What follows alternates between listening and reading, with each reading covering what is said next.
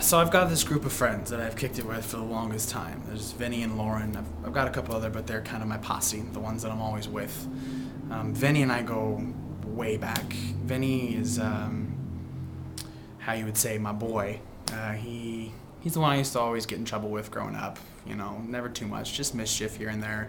If I was on the detention bench for talking in class, he was usually right beside me, still talking. Never quite got that, but it's funny because he plays Mr. Cool, he plays Mr. Just kick it and stuff. But in fact, he's actually, don't tell him I told you this. But he's kind of a book nerd. He reads a lot. He's actually a lot smarter than you think. Matter of fact, I've copied off his homework a couple time or two and gotten a few C's and B's doing it. But he's one of my closest friends. You know, we've been together forever. You know, and then Lauren came into the picture a little bit later. I don't remember exactly when we met, but I do remember getting my butt kicked by her on the basketball court.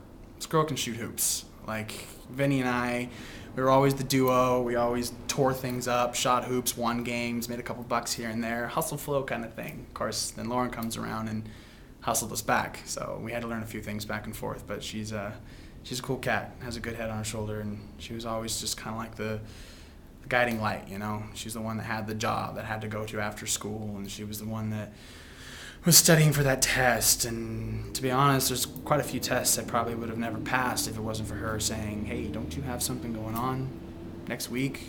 English paper, things like that. You know, friends. It's what friends do. So they're good peeps to have along, you know. We've all got them.